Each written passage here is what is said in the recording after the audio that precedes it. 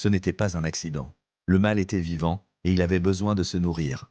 La famille a dû faire un choix impossible pour survivre. Ceci est la partie 4 d'une histoire vraie, transmise par une abonnée de la page et que nous partageons pour vous édifier.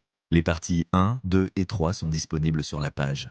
Alors que la famille fuyait, la terre noire dans leur sac a commencé à bouger. Un petit nuage de poussière s'en est échappé et s'est mis à flotter dans l'habitacle de la camionnette. Ils se sont arrêtés sur le bas-côté, terrifiés. Ils ont compris. Le mal n'était pas dans la terre, c'était la terre. Et elle s'était attachée à leur désir de prospérité.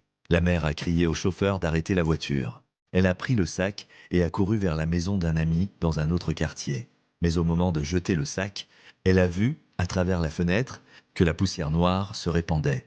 Elle a eu une intuition, une terrible vérité s'est imposée à elle. Elle ne pouvait pas donner la malédiction à une autre personne.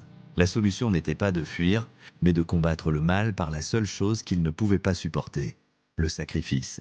Ils sont retournés au quartier manga. Ils ont réuni tous leurs biens restants et les ont offerts aux voisins, à ceux-là même qui les regardaient avec haine. L'argent, les bijoux, les vêtements, tout. En donnant, ils ont vu les regards haineux se transformer en confusion, puis en choc. Les insectes et les rats qui les suivaient ont disparu en un instant. Un silence lourd s'est abattu sur la rue. Ils ont fait le sacrifice de tout pour retrouver leur paix. Le fléau était parti. La famille se serra la main, soulagée et sereine. Ils avaient retrouvé la paix, mais pas la richesse. Leurs visages étaient sereins.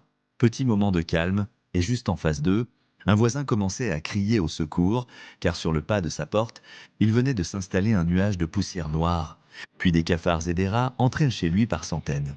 Vous comprenez donc que le mal n'avait pas été vaincu, il avait juste changé de maison. Et c'est la fin de cette histoire de manga. Laissez un like et abonnez-vous pour ne rien rater. Et si vous avez une histoire que vous voulez partager, envoyez-nous un message privé sur TikTok. Ensemble, nous mettrons la lumière sur ces mystères.